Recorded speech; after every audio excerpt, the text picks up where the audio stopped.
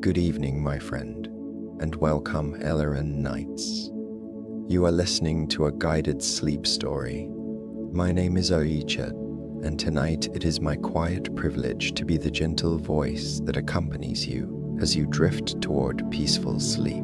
Before we begin the story, take a slow, deep breath in. As the story ends later, the soft sounds and calming music will continue to play, staying with you a little longer as you rest. I wish you a peaceful rest and a beautiful night's sleep. So let's start. Tonight I'm going to tell you a story about the garden that blooms only at night. So listen to the full story. The night had come gently, the way good nights always do. Not all at once, but slowly, the way water finds its way into the cracks of old stone, quietly and without announcement. First, the blue had deepened at the edges of the sky. Then the stars had appeared, one by one, the way shy guests arrive at a gathering, uncertain at first, then settling in with quiet confidence. And the road, which had been warm and dusty and alive with the sound of footsteps through the long afternoon hours, had grown still. At the edge of a small village, where the main road curved gently around a stand of old oak trees, there sat a low stone building that travelers had been finding their way to for more years than anyone in the village could clearly remember. It was not grand. It had never been grand. The roof was mossy, and the wooden shutters had been painted green so long ago that the color had faded to something softer, the color of old meadows in early morning light. There were window boxes under the two front windows, and in summer they were full of lavender and white flowers, and in the cooler months they held dried herbs tied with twine, and somehow this small thing made the whole building look as if it were quietly, contentedly breathing. Above the heavy wooden door, a lantern hung on a curved iron hook. It was lit every evening without fail, though no one who was asked could say with certainty who climbed the small step stool to light it. It was simply there, glowing amber and steady, and travelers who came along the road in the dimming light of evening would see it from a good distance away and feel in that soft place below the breastbone, a loosening, a small, warm recognition that a place of rest was near. Now, 3 travelers had found their way inside. The first was a young woman named Mara, who'd been walking since early morning and whose boots were dusty, and whose hair had come loose from its braids somewhere around midday. She was not unhappy. Her face, when she sat down near the fire and let her pack slip from her shoulders, held the quiet, grateful expression of someone who has walked a long way and has at last arrived somewhere soft. She tucked her feet beneath her on the wide wooden bench near the hearth and wrapped both hands around the clay mug of warm tea that had appeared, seemingly of its own accord, on the low table before her. The second was an older man named Ezra, perhaps 50, with the broad, careful hands of someone who had worked with them his whole life. He had lines at the corners of his eyes from years of squinting into the sun, and he moved with the unhurried steadiness of a man who had long ago stopped being in a hurry about things. He sat in the large chair nearest the window, and he had taken off his heavy coat and folded it across his lap in the careful, habitual way of someone who had always taken care of what he owned. He, too, had a mug of tea. He was looking at the fire with an expression of comfortable, empty peace. The third traveler was a boy of perhaps 12, the young son of a merchant family traveling the circuit roads. He had been separated from his parents' cart for only an hour, and they had sent word ahead that they would catch up by morning, and the boy, whose name was Thomas, had taken this news with the remarkable equanimity of someone who had perhaps spent more hours in his own company than most children his age. He was not frightened, he was curious. He sat cross-legged on a flat cushion near the base of the hearth, and he had his chin in both hands, and his wide eyes were moving slowly around the room, taking in the low raftered ceiling with its hanging bundles of dried rosemary and thyme, the worn stone floor, the heavy curtains at the windows that blocked the night air, the shelf of mismatched cups and small pottery figures, the deep-grooved wooden table, And finally, the old woman in the chair by the wall. She had been there when they arrived. None of them could have said with certainty whether she had welcomed them at the door, or whether she had simply been sitting in her chair as they came in and settled themselves and found their tea. She was simply present. The way a fire is present. You do not notice its arrival. You only notice the warmth. Her name, they would learn over the course of the evening, was Lena, though she would tell it to them the way one offers a small gift, almost incidentally, with no great emphasis, as if names were interesting but not essential things. She was old, very old, perhaps, though her oldness was the kind that does not diminish. It was the oldness of worn stone, of old wood, of a garden that has been tended through many seasons and has grown into itself with a particular settled grace. Her hair was white and soft, gathered at the back of her neck without fuss. Her hands folded in her lap were the hands of someone who had done a great deal with them and had found a kind of rest in them. She wore a simple dress of deep grey wool and a shawl the colour of heather, soft purples and greys and the faintest thread of green, and she wore it with the unconscious ease of a woman who had long ago stopped thinking about such things and now simply was what she was, completely, without effort. Her eyes were warm. That was the first thing each traveller noticed, each in their own time, when they looked over and found her gaze gently upon them, warm and unhurried, as if she had been looking at people her whole life and had found over and over again that they were worth looking at. For a while no one spoke. The fire crackled softly. Outside, the night settled deeper. The boy Tomas watched a small ember drift up from the fire and vanish into the dark of the chimney. Mara turned her mug slowly between her palms, feeling the warmth through the clay. Ezra breathed out a long, slow breath through his nose, and his shoulders dropped a half-inch, and he did not notice that they had. Then the old woman spoke. Her voice was soft.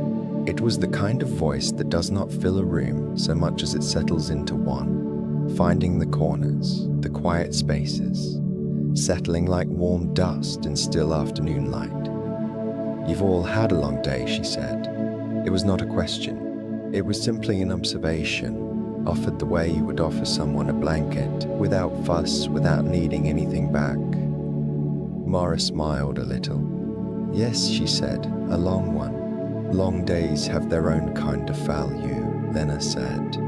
And she said it gently, not as a lesson, but as a comfort, the way you would say the rain will pass. Not to instruct, but to remind. You do not always know what you've carried until you set it down. Ezra made a small sound, a gentle exhale that might have been agreement. He turned his gaze from the fire to the old woman's face for a moment, then back to the fire, and the turning and returning was easy and natural, the way eyes move in a safe place. Tomas shifted on his cushion. He had been listening with his whole body, the way children sometimes do. You could see it in the small tilt of his head, the particular stillness of him that was not the stillness of boredom, but of attention. "Did you ever walk a long road?" he asked Lena, and his voice was soft with genuine curiosity rather than boldness. She smiled. Her smile was slow and very full, the kind that gathers itself from somewhere deep and rises without hurrying. "Many of them," she said, "so many that I've lost count, which is a thing I am grateful for. When you can no longer count all the roads you have walked, it means you have walked enough of them to have learned something." "What did you learn?" Thomas asked. She was quiet for a moment, not the quiet of someone thinking of an answer, but the quiet of someone deciding which of many answers to offer. "That the road is never only the road," she said at last. "It is also the light at a certain hour, and the smell of the air after a rain, and the sound your own footsteps make when you are tired and the ground is soft. The road is all the things that happen to you while you are walking it, and those things, those small things, are the ones you carry longest." fire made a quiet sound, a soft wooden settling. Somewhere outside, not far away, an owl called once, then was still. The night air, where it crept under the jaw, carried the clean coolness of late spring, the smell of grass and earth and faint wood smoke from somewhere across the village. Mara lifted her eyes from her mug. "I used to try to remember everything about days," she said, and her voice had the same quality as the room, soft and willing. "Every beautiful thing I saw, I would try to hold on to it, and by evening I would feel so tired from all that holding." Lena looked at her with those warm, unhurried eyes. "Yes," she said simply, "some things are not meant to be held. They are meant to be felt while they are there, and then let go of gently, the way you release a breath. The breath doesn't disappear, it simply becomes part of the air." Mara was quiet. She seemed to be turning this over in her mind the way you turn a smooth stone in your hand. Not to examine it clinically, but simply to feel it, to let its shape make itself known. "My grandmother used to say something like that," she said, and her voice was very soft. She said that every good moment leaves a small mark, that you don't need to remember it clearly for it to have changed you. "Your grandmother was a wise woman," Lena said. "She was," Mara agreed, and she smiled, and the smile was tender and uncomplicated. Lena settled herself a little in her chair. She moved the way old people sometimes move when they are not in pain but are simply acquainted with their body's small preferences. A slight shift of weight, a gentle adjustment of the shawl across her shoulders, a brief closing and reopening of her eyes that was not quite a blink, but something softer, more deliberate. "I knew a man," she said, in the tone of someone who is beginning something not because it must be told, but because the telling might be a comfort, who spent most of his life trying to move faster, not because anything was chasing him, simply because he believed, as many people do, that the faster he moved, the more of life he would reach. Ezra gave a low, quiet sound, a sound of recognition. He walked quickly, Lena continued. He ate quickly. He spoke quickly, always already thinking of the next thing as the current thing was still happening. And he was not a bad man, not at all. He was kind in the quick and passing way that hurried people can be kind. He would give you what you needed and be gone before you had quite finished thanking him. She paused. The fire breathed. The room was very still. And then one summer, he was in his middle years by then, he was walking along a path near a river, and he stepped wrong, and he twisted his ankle rather badly, and he had to sit down on the bank of the river and simply wait for someone to help him, Thomas asked. For his ankle to be well enough to walk on, Lena said. He could walk, you see, but not quickly, not for some days, and so he found himself moving slowly for the first time in his life. She smiled. He told me years afterward that those were among the most significant days of his life. That walking slowly, he noticed things he had moved past his whole life without seeing. A particular way that morning light fell through river willows, the sound of frogs before rain, the way an old man who lived nearby always hummed to himself while he worked his garden. Not a song exactly, just a thread of sound, warm and contented. She paused. He said he had walked past that garden 100 times and never once heard it. The room was still. He was not glad that he had hurt himself, Lena said, but he was glad for what the slowness had shown him, and afterward he was never quite as quick as he had been before. He kept a little of that slowness with him, like a gift he had been given unexpectedly. Ezra was looking at his hands, and his expression was distant but not sad.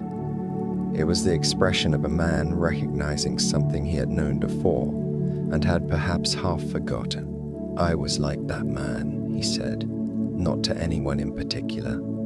For a long time, Lena did not rush to respond. She let the words rest in the room for a moment, the way you let a good thing rest. Many people are, she said gently. It is easy to confuse movement with progress. It takes a certain kind of courage to be still.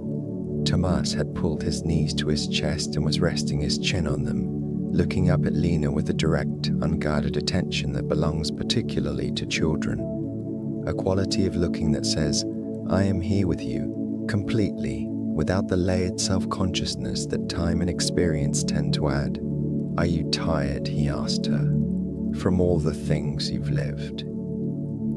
The old woman laughed, a soft, genuine sound, low and warm. Sometimes, she said, but it is a good tired, the way your body feels after a day in the garden, heavy in a comfortable way, settled.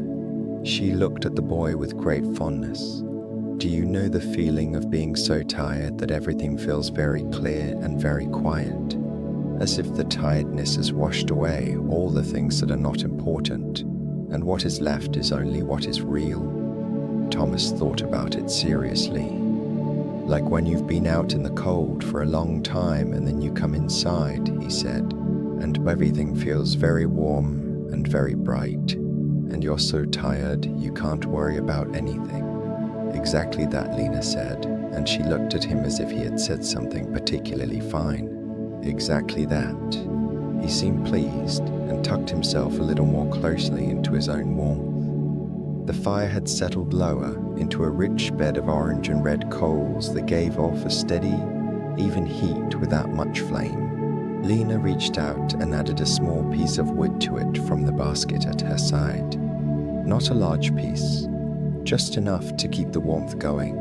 The wood caught slowly, adding a thin, pale flame that grew without hurry into something small and steady. There was a woman I knew, Lena said, and her voice had grown even softer, even more unhurried, as the evening deepened, who lived alone at the edge of a wood for the last years of her life. She had been, in her younger years, a very capable and busy person. She had managed a household and a farm and the lives of several children and the demands of a large community, and she had done it well because she was a woman of great practical intelligence. She was quiet for a moment, her gaze resting on the low fire, but when she was in her 70s, she sold the farm and let her children take their lives in their various directions, and she went to live in a small house at the wood's edge, and she lived there very quietly until she was very old. Was she lonely? Mara asked. I asked her that, Lena said. I visited her once, toward the end of her life. She was perhaps 85 by then, and she sat in her chair the way some very old people sit, as if they have finally, fully arrived in themselves, as if there is nothing left to prove or prepare for. And when I asked her if she was lonely, she was quiet for a moment in the way she had of being quiet, which was not an absence but a presence, if you understand me. And then she said, no, I have good company. Who? Thomas asked. That was what I asked, Lena said, and she smiled and said, the morning, and the evening, and the way the light changes. She told me that after all the years of managing and doing and seeing to things, she had discovered that simply being present, simply sitting in a place and letting it exist around you, was one of the richest forms of company she had found. Lena's voice was very soft. She said that light was a friend, that the sound of wind through particular trees was a friend, that even the cold on a clear morning was a kind of companionship, because it reminded her that she was alive and breathing and still here. Mara had set down her mug and was curled against the arm of the bench, her head tilted, her eyes soft. That sounds like contentment, she said quietly. It was, Lena said. It was the deepest kind, the kind that doesn't need anything to be added to it. She looked around at the three of them, the young woman curled against the bench, the broad-handed man breathing slowly in his chair, the boy with his chin on his knees, and her gaze was tender in the specific way that the gaze of the very old can be tender, full of time, full of many mornings and evenings, full of the patient understanding that good things return. Rest is not laziness, she said then softly, as if thinking aloud. It is one of the most important things we do. When you are resting, you are not absent from your life. You are in it completely, directly, without the noise of doing. You are letting all the things you have taken in settle and find their places inside you, like water finding its level. Ezra had been very quiet for a while. He was the kind of man who processed things from the inside out, who listened fully and spoke rarely. And when he spoke, it was because something had moved in him that was larger than his quiet. "My wife," he said, and then he paused and looked at the fire. "My wife always said I carried too much." He was not sad when he said it. He said it the way people mention things that are true, things they have made their peace with. "Not things," he continued. "She meant something else. She meant that I would take a worry and carry it long after it was done, long after it had resolved itself one way or another. I would still be holding it, turning it over." He uncurled his thick fingers from around his mug and looked at them. "She was very good at letting things go. She would finish a difficult day and she would be finished with it. I always admired that." Lena nodded. "It is a gift," she said, "and also a practice. Most of the things we carry because we believe that carrying them does something, that somehow holding the worry tight enough will change the outcome. But the outcome, by the time we are carrying it, has usually already been decided." She paused. "Worry is a way of trying to control things that are already done, or things that have not yet come, and so it lives in two places at once, the past and the future, and leaves very little room in the present, where everything that is actually happening is happening." Ezra was quiet. Then he said, "She's well." "I should say that. She's home and she's well. I'm coming back from a job up north." He said it as if he wanted Lena to know that the story had a good shape to it. "I'm glad," Lena said, and she said it simply, without sentiment, but with complete sincerity. "Going home is one of the great pleasures. The anticipation of it is its own quiet joy." "It is," Ezra agreed, and a small private smile settled over his face. Tomas, who had been listening to the adults with that particular attentiveness of children who are included in conversations that trust them, shifted on his cushion and looked at Lena. "Tell us about something small," he said. "Something very small that you remember." She looked at him for a moment, and her expression was soft with appreciation for the request. "Something very small," she repeated, as if testing the dimensions of the thing. "Yes," he said. "Not a big story, just something small." She thought for a moment, her gaze drifting toward the fire. "When I was perhaps a little younger than you," she began, "my mother made bread every Thursday. The smell of it would fill the whole house from early in the morning. And when I was small, I was not yet allowed to help at the actual making of it. The shaping and the kneading were grown-up work then. But I was allowed to sit at the kitchen table and watch." She smiled. "My mother had a particular way of putting the shaped loaves into the tin. A very specific gesture, a gentle press with both thumbs, first one side then the other, to make sure the shape was right. And she always hummed while she did it. Nothing in particular, just a low, comfortable sound." She stopped. "That is the memory," she said after a moment. "Just that. Just the warmth of that kitchen on a Thursday morning, and my mother's hands, and that sound." The room was very still. "I have tried over the years," Lena continued softly, "to understand why that memory has lasted when so many larger ones have faded. And the only answer I have arrived at is that the body remembers warmth, not the events, not the details of what was said or done. The body remembers what it felt like to be safe and warm and small in a place that loved it. And that feeling, once it is laid down in you, is there your whole life.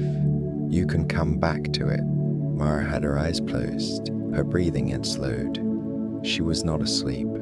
You could see the faint movement of her lips, as if she were quietly, privately, somewhere in a warm kitchen of her own.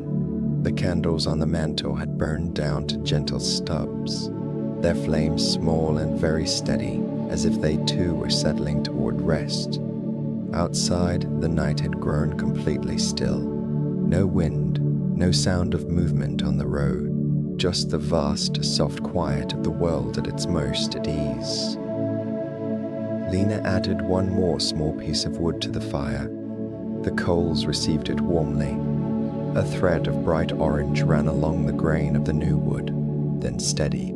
"There is something about nighttime," she said quietly to no one in particular and to everyone, "that has always seemed to me like a gift that is given every day without fail, no matter what the day has been, how difficult, how long, how full of things that did not go as hoped.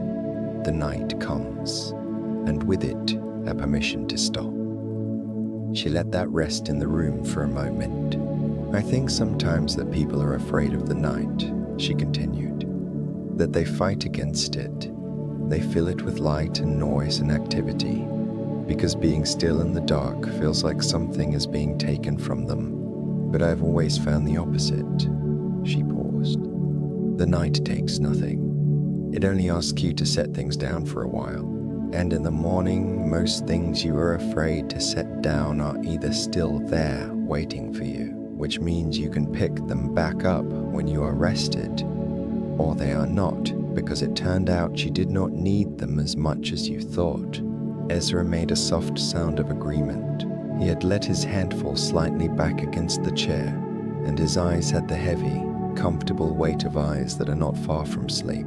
"My grandfather," Thomas said, and his voice was slower than it had been, softer, "used to say that sleep was where the day went to be sorted out." Lena smiled. "That is a very beautiful way to say it. He said that your mind keeps working while you sleep," the boy continued, "but gently, like water settling, and in the morning things are always a little cleaner." "Your grandfather was right," Lena said. "There is a kind of wisdom that comes only in stillness. You cannot think your way to it. You can only arrive at it by stopping." She was quiet for a while, and the quietness was comfortable. The kind of silence that settles between people who have been talking for long enough that the silence itself is part of the conversation. The fire breathed. The candles breathed. The three travelers breathed, each at their own soft rhythm. After a while, Lena spoke again. Her voice was gentler still, as if it were following the cue of everything around it.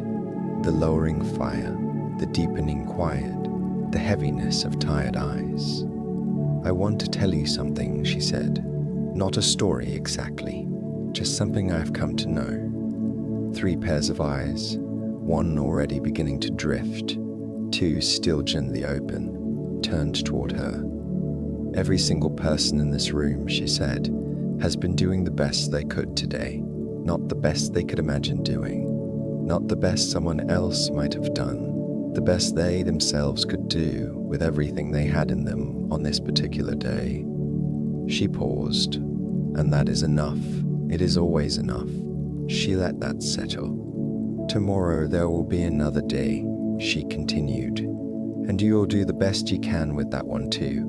And the days will add up, not into perfection, but into something much more real and much more valuable. A life lived with honest effort. A life lived with care." She looked at each of them in turn, with those warm, unhurried eyes. "That is worth more than you know. That is worth everything." Mara had let her head fall softly against the back of the bench. Her eyes were fully closed now. She was breathing with the long, even breath of someone who has let themselves be held by the night. Lena looked at Thomas for a long moment.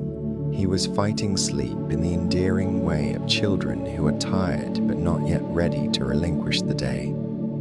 His eyes would close for a moment, then open, then close again a little longer, then flutter open, less fully than before. "Are you waiting for someone to tell you it's all right to sleep?" she asked him, and her voice was so kind, so completely without anything but warmth, that it might have been the voice of every good adult he had ever known. He thought about it. Maybe he admitted. "It is all right," she said. "Your parents are on their way, and they are. Well, and the morning will bring them to you safe and whole." And between now and then, you're warm and safe and cared for, and the best thing you can do is let your body rest." She paused, and her voice was very soft. "Sleep is not waiting for the good thing to happen. Sleep is trusting that it will." The boy's eyes were barely open now. He nodded, very slowly. "Close your eyes," she said, and it was not a command, but an invitation, gentle as the offering of a hand. "Let the room hold you. Let the warmth hold you. You don't need to watch over anything tonight. Everything is as it should be." His eyes closed and did not open again, and his breathing changed in the way that sleeping breathing changes.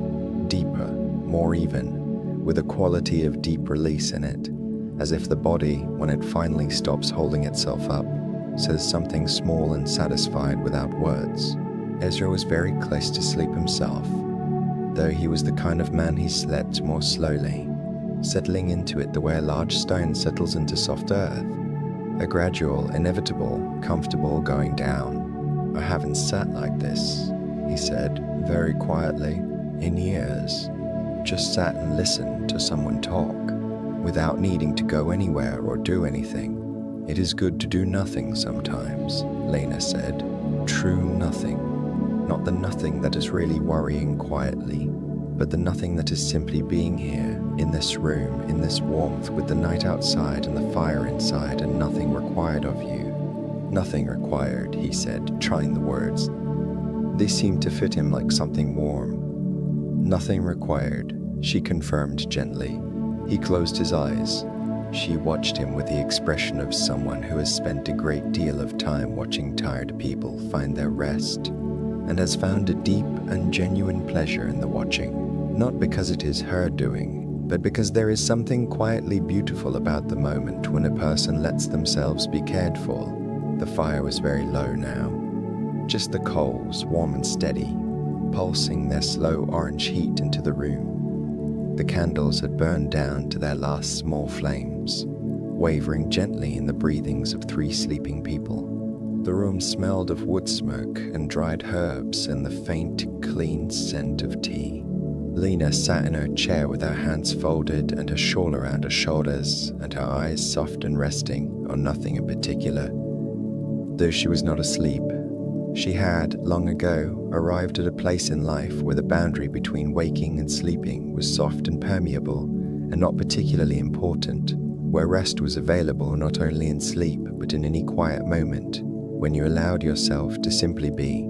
She sat with these 3 people. The young woman breathing evenly on her bench, the boy curled on his cushion like something small and perfectly at ease, the man in his chair with his big hands relaxed open in his lap, and she sat with them the way a fire sits, with a room, not doing anything, simply being warm. Outside, the night continued in its great, unhurried way.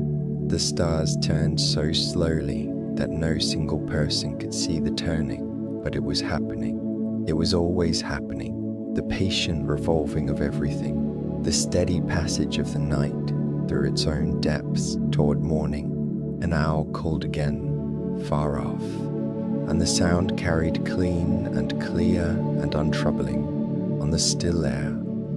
Somewhere in the village, a dog made a single soft sound and was quiet.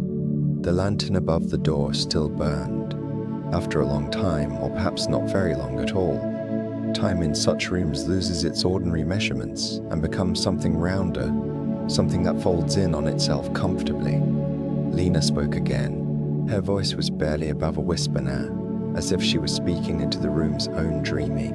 "When I was young," she said, so softly that the words seemed to come from the room itself, from the warm air, "I believed that the important things were the large things, the arrivals, the moments you planned for and worked toward."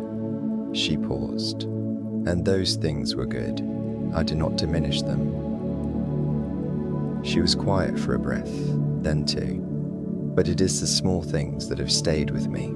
The first light through a certain window, the sound of rain on a particular roof, a child laughing somewhere nearby while you were trying to think."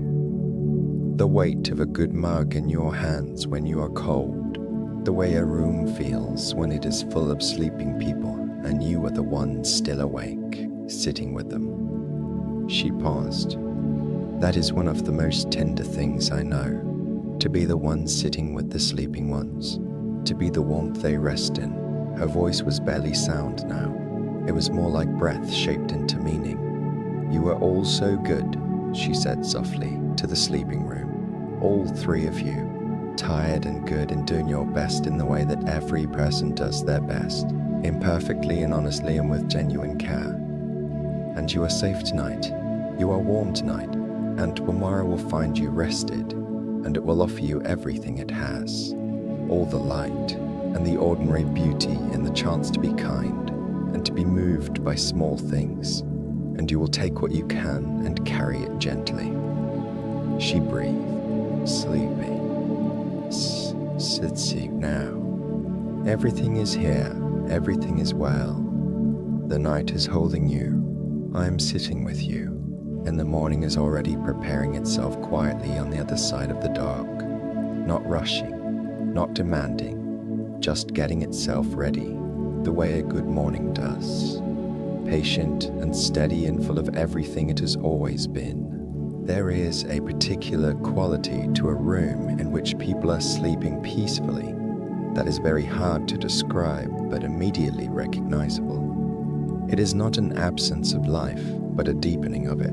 A room in which tired people are sleeping soundly has a weight to it, not heavy but substantial, like good bread or well-made cloth. There is something there that you can feel, something that says life is resting here and all is well, and this is right. The room around Melina had that quality now. She sat with it for a while. She had sat with it many times before in many rooms over many years, and she had never found it less beautiful than the first time she had noticed it, which was when she was very young and had sat up late with her own sleeping children, watching them breathe with the specific watchfulness of a new mother, and discovering in that watching something she could not have named then but could name now, the feeling of being completely where you were supposed to be. That feeling, she had learned, was available at any age and in any room, provided you could be still enough to receive it. She let it be with her now. She let the warmth of the room be with her, and the sound of three people breathing, and the low patient glow of the coals, and the smell of tea and herbs and old wood, and the dark beyond the windows where the stars were turning in their slow, enormous circle. She thought of the roads she had walked, not as a list, not as a collection of events, but in the way that long-remembered things exist, as impressions, as sensations, as the light that had been in them, and the feeling of the ground under her feet, and the things she had found herself thinking about in the middle of them. She thought of the people she had known, not their faces exactly.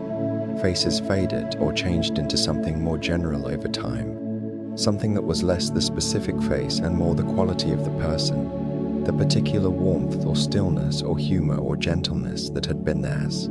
She thought of her mother's kitchen on Thursday mornings. She thought of a garden she had once kept, full of things she loved. She thought of conversations like this one, conversations in violet rooms with tired people who had let their guards down and found, perhaps to their own surprise, that being honest and quiet with a stranger could feel like rest. She had given her life a great deal of thought over the years, and what she had arrived at was something she had difficulty putting into words, because it was not a conclusion exactly.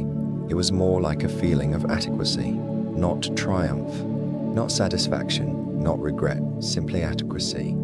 She had done what she could do, and she had tried to do it with care, and she had loved the things she had loved as fully as she was able, and she had sat with a great many tired people and tried to be what she hoped would be useful, a warm presence, a patient ear, a voice that said you are all right, you are well, you are enough. That felt like enough. The last candle went out quietly, with a thin thread of smoke that rose and dissolved in the dark. The room was lit now only by the coals, and their light was different from candlelight. Steadier, lower, more orange than yellow. filling the room with a warmth that was felt as much as seen. It made the shadows soft. It made the sleeping faces of the young woman and the boy and the man look serene and private, each in their own particular piece. Lena closed her eyes, not to sleep, or perhaps to sleep. Perhaps it did not matter. She closed her eyes the way you close a book at the end of an evening of reading, not because you are finished with it, not because you are done with the story, but because the evening has been full and good, and the time has come to rest inside all the things you have been given. She breathed in the smell of the room. She breathed out everything that was not needed. The fire breathed with her. Outside, the night was enormous and gentle and full of its own quiet purposes. The stars moved in their slow procession. The village was still. The road was empty, the way roads are beautiful when they are empty, full of the promise of morning, full of the memory of all the feet that had ever passed over them, full of the unhurried knowledge that it would all begin again. The lantern above the door burned on, small and steady and amber, a warm point of light in the darkness for anyone who might be coming along the road, tired and looking for a place to rest. It had always burned like that. It would burn like that through the whole long night.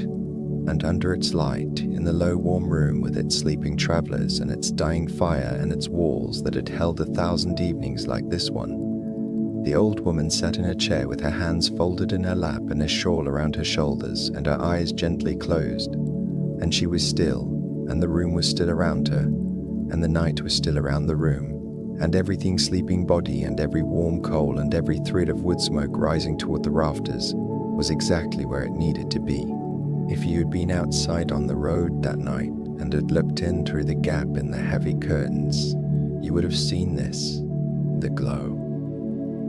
That is all you would have been able to say with certainty. A warm amber glow, low and steady, and within it the soft outline of someone sitting quietly, and beyond them the comfortable, barely visible shapes of people at rest. You would not have been able to hear anything from the road, but if you had been very still and the night had been very quiet as it was, you might have felt something, not heard it exactly.